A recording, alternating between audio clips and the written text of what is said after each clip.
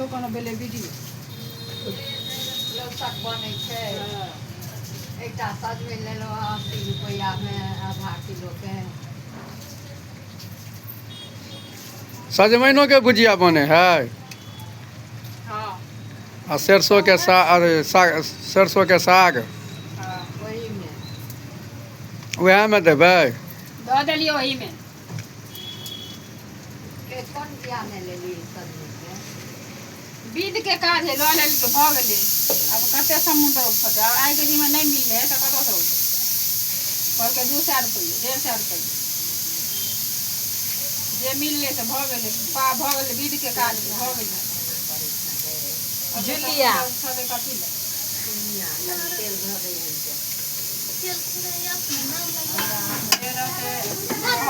महगे वाला काज करते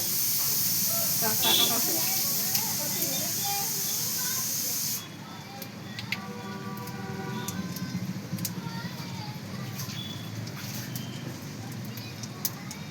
ओतऽ से शंकर चौक से दोसर जगह हिलबे नहीं कर मिलते कतऽ। हाँ दोसर जगह बाजार हाट बाजार में रह के बाजार में रहते लेते तब जाए छे घूर फिर के शंकर चौक मुस्कानिया दुकान और कतौ मिलते नहीं छे कतऽ जे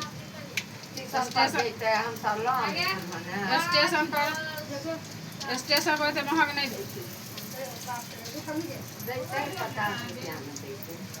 हत्ते महग नहीं लेते 80-90 रुपया नहीं लेते जे देते से कभी सस्ता रहती। गरीब आदमी के छठ नहीं हेतै करत। गरीब आदमी ने छठ करे तो धनिक आदमी करत हो गरीब पावन करे कि धनिक करे धनिक लोग पावन करे।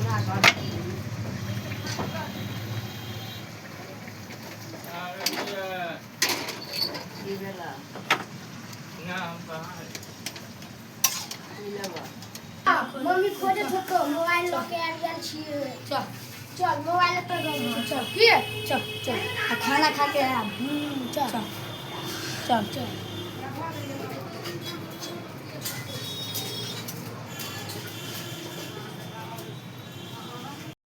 के कर काय छोड़ा छोरा सब मिल जाते घरा जो भाई बन ले बाप कमा के तो ना बनता भाई बाप के कमा के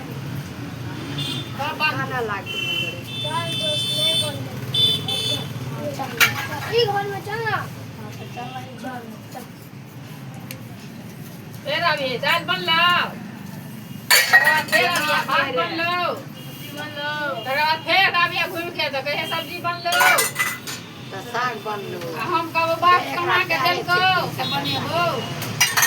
कमाई में घर में मोबाइल सुन अथी देखत रही हो कदा से खाना बनतो हां खाना बनते कदा से कमाई में जाने की लगे बैठल रहे छी कदा से खाना पीना बन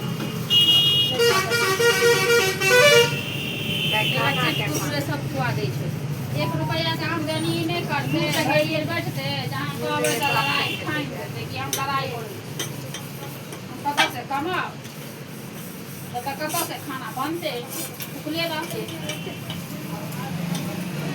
पलंग पर हां कभी हम पवन पर चले